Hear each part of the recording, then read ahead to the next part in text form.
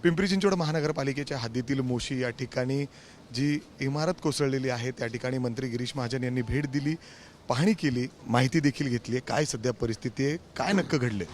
अतिशय युद्धपातळीवर आमचं काम सुरू आहे. आपल्याला माहिती आहे जवळपास 22-23 जण त्या इमारतीमध्ये होते. कचरा डेपो अतिवृष्टी झाल्यामुळे म्हणजे खरं म्हणजे 1.5 दिवसामध्ये 600-6.25 मिलीमीटरच्या वर पाऊस, विक्रमी पाऊस कधी झाला नसेल एवढा पाऊस या ठिकाणी झाला. आणि जवळपास 82 पासून हा कचरा डेपो या ठिकाणी आहे.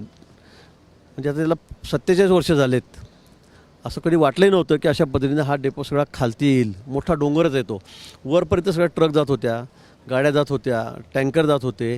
पण अतिवृष्टीमुळे, मोठ्या पावसामुळे तो हा डोंगर खचला आणि ही जी इथली इमारत होती डम्पिंग ग्राउंडच्या संदर्भातली जी सगळी शासकीय इमारत आहे त्या इमारतीवर तो या ठिकाणी आला आणि त्यामुळे पूर्ण बिल्डिंगच खाली बसली.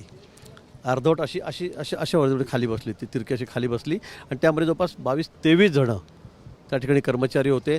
त्यातले 5 वरच्या मजल्यावर असल्यामुळे पडल्याबरोबर ते बाहेर पडले.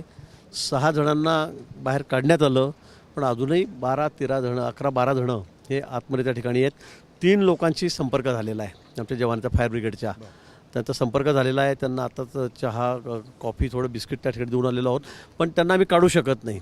छोटंसं त्या ठिकाणी होल करून त्या ठिकाणी आतमध्ये जाऊन ते केलेलं आहे. पण त्यांचा पाय त्या पिलरखाली दबलेला आहे, पूर्ण स्लॅब खाली पडलेला आहे.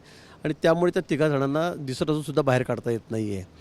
आणि म्हणून या ठिकाणी हे ऑपरेशन अतिशय सावकाशपणे करावं लागणार आहे. अन्यथा आम्ही तो कचरा तिरून काढतो, परत वरतून घरी कचरा आला तर पुन्हा मग आपल्याला काही करता येणार नाही. आणि सगळ्यात महत्त्वाची गोष्ट म्हणजे पाऊस नाही आता. गेल्या 5-6 तासापासून पाऊस थांबलेला आहे, त्यामुळे सुरळीत चाललेलं आहे. अन्यथा पुन्हा वरचा कचरा जर खाली आला तर पुन्हा ती इमारत कचऱ्याखाली जाईल. आमचा प्रयत्न एवढाच आहे की एकही त्यात प्राण जाता कामा नये. 11-12 जणांना आम्हाला सगळ्यांना सुरक्षित बाहेर काढायचं आहे कुठल्याही परिस्थितीमध्ये. माननीय मुख्यमंत्री महोदय, उपमुख्यमंत्री महोदय, सगळ्यांचं लक्ष इकडे आहे. माननीय देवेंद्रजींनी मला सांगितलं की तो नाशिकला मी होतो सकाळपासून, तिकडे परिस्थिती गंभीर होती, तिथून मी इथे आलेलो आहे पुण्याला.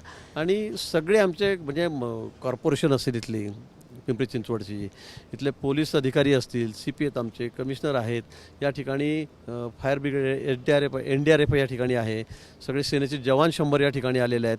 अगदी युद्धपातळीवर काम सुरू आहे, कुठे याच्यामध्ये कमी जास्त नाही. आमचे दोन्ही आमदार या ठिकाणी अधिवेशन सोडून या ठिकाणी थांबलेले आहेत, महापौर या ठिकाणी आहेत सगळे नगरसेवक या ठिकाणी प्रमुख. आणि सगळ्यात महत्त्वाचं म्हणजे की या ठिकाणी मी पुन्हा सांगेल, एकही कॅज्युअल्टी होणार, एकही कुठे कोणाचा जीव जाणार नाही असा आमचा या ठिकाणी प्रयत्न आहे. आणि म्हणून मी स्वतःसुद्धा रात्रभर या ठिकाणी थांबणार आहे. मशिनरीची कुठली कमतरता नाही आहे, पण त्या ठिकाणी जागा कमी असल्यामुळे आम्हाला सगळे पोकलॅन त्या ठिकाणी टाकता येत नाही, ते काढता येत नाही. हे करत असताना वरतून पुन्हा मला खाली येणार नाही याची काळजी आम्हाला घ्यायची. त्याचवेळी जर आपण बघितलं तर महाजन साहेब, ही इमारत जी बांधलेली आहे महानगरपालिकेने पिंपरी चिंचवड, ही अगदी 11 महिने झालेत. आणि 11 महिन्यात अशी घटना होते, अक्षय कचऱ्याचा डोंगर येतं ठीक आहे, पण इमारत अशी थेट होत नाही. असं म्हणजे त्याची इन्क्वायरी होईल का? वरतून तो डोंगर आपण जर पाहिला तर केवढा मोठा आहे, खूप मोठा डोंगर येतो. आणि तो इथे जे इंजिनियर आहेत ते त्यांना म्हणजे माहिती असावं कधी अशी घटना होऊ शकते ना. जसं एखाद्या वेळेला आपण डिसेल्टिंग आपल्या म्हणतो तसं डिसेल्टिंग नाही, आपण लाईट जे होतं तसंच त्या प्रकार त्या ठिकाणी. जसं मातीचा डोंगर वरतून आल्यावर काय परिस्थिती आपल्याला माहिती आहे, तसंच ही परिस्थिती आहे. कारण हे 50 वर्षाचा, 27 वर्षापासूनचा जुना डोंगर आहे सगळा हा.